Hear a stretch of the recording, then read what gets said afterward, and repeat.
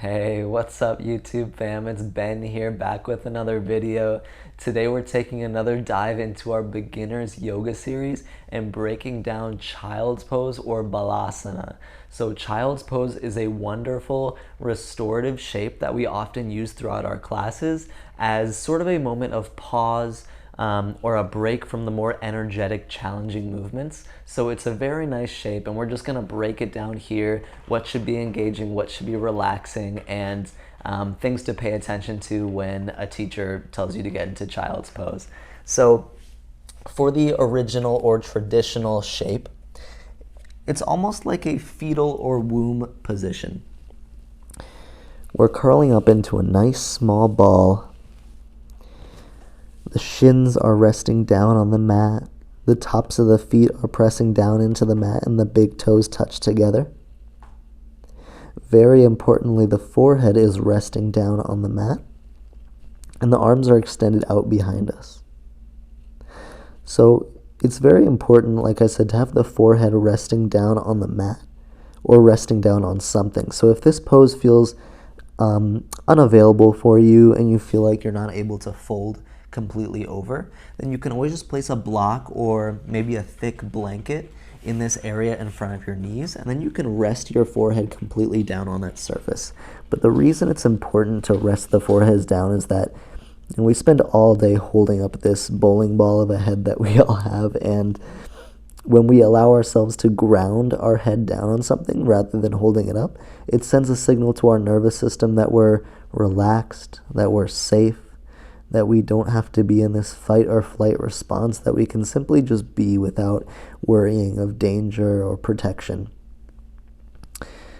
And that's another purpose of this child's pose, is protection and finding a safe restorative space for the whole body.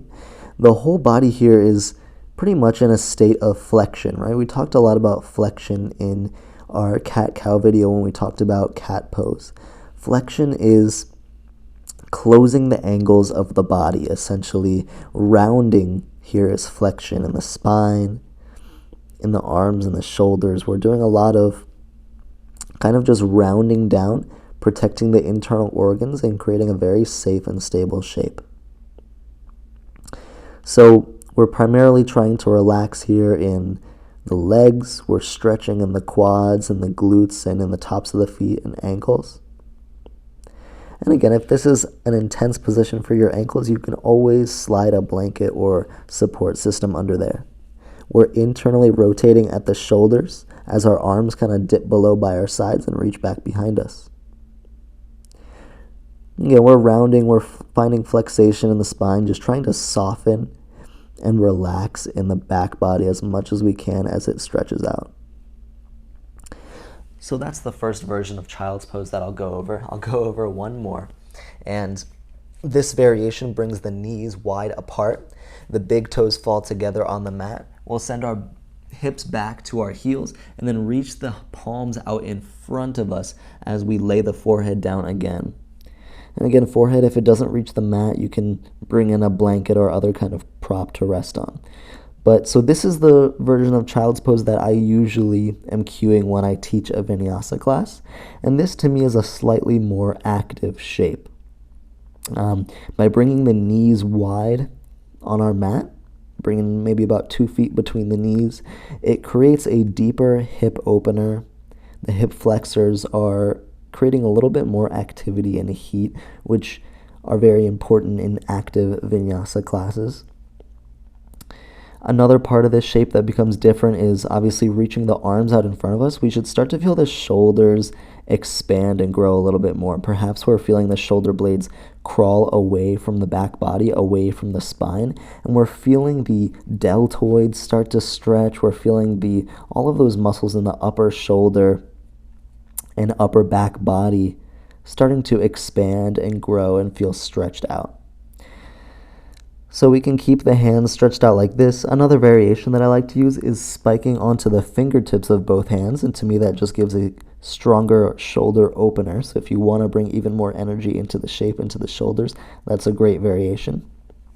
Another option of where to go from here is to ground your elbows down kind of right in front of your head, and then bring the palms to the back of your neck for a tricep stretch. And for this one, if you want to deepen the tricep stretch, you can bring the elbows further forward out in front of you to deepen it that way.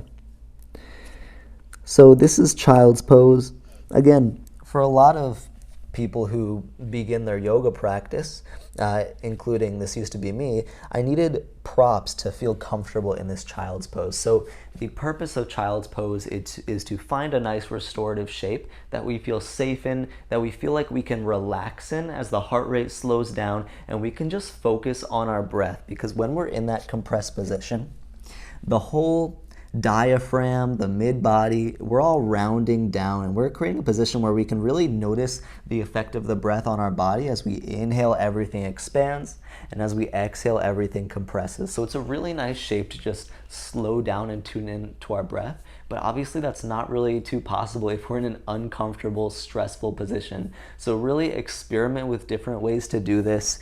You can, bring a little pillow right here. I'm gonna grab my bolster actually as an example. So this is something you could use out in front of you to rest your chest on as you lay down to make it a little more comfortable. You could rest your forehead on something like that. If you'd like to bring something kind of between your hips and your heels so that you don't have to press your heels all the way, or your hips all the way down rather, this can feel really nice for people who have tight hips, right? So there's variations for everyone.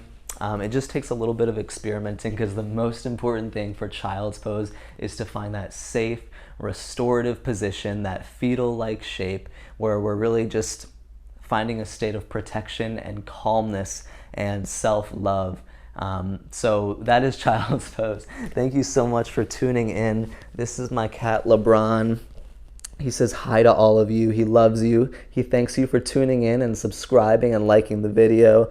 And yeah, we'll be following this up with more beginners yoga videos. We're gonna break down poses, and I'll keep bringing y'all new vinyasa classes every week. So until I see you next time, much love. Have a beautiful rest of your day, and I can't wait to practice with you soon.